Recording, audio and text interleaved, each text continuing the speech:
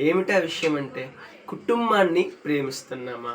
మన ఫ్యామిలీని మనం ప్రేమిస్తున్నామా? ఏంటిది, నేను ప్రేమిస్తూనే ఉన్నాను కదా, నా ఫ్యామిలీ అంటే నాకు ఎంతో ఇష్టం కదా అని మనం అనొచ్చు.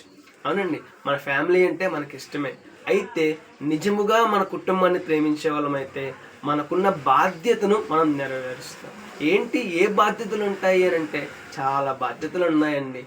కుటుంబంలో తల్లి ఉంటారు, తండ్రి ఉంటారు, బిడ్డలు ఉంటారు కదా. తండ్రి తన బాధ్యతను సక్రమంగా పాటిస్తే ఆ కుటుంబం ఆశీర్వదించబడుతుంది. తండ్రి పాటించాల్సిన బాధ్యతలు ఏంటి?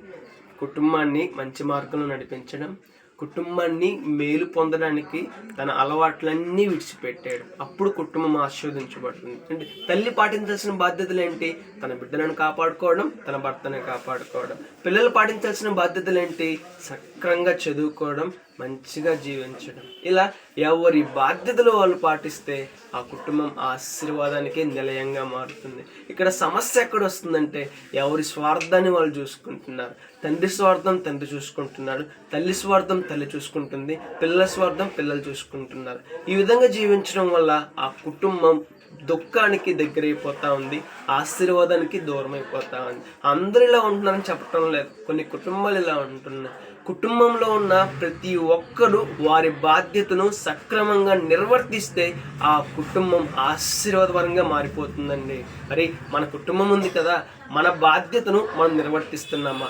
తల్లిగా ఉన్నాం, తండ్రిగా ఉన్నాం, బిడ్డలుగా ఉన్నాం, మన బాధ్యతను మనం నిర్వర్తిస్తున్నామా? చదువుకుంటున్నామా? కుటుంబం మేలు కోసం పనిచేస్తున్నామా? కుటుంబాన్ని సరిదిద్దుకుంటున్నామా? ఒకసారి ఆలోచించేద్దాం. మన జీవితాన్ని మార్చుకుందాం. ఈ నూతన సంవత్సరాన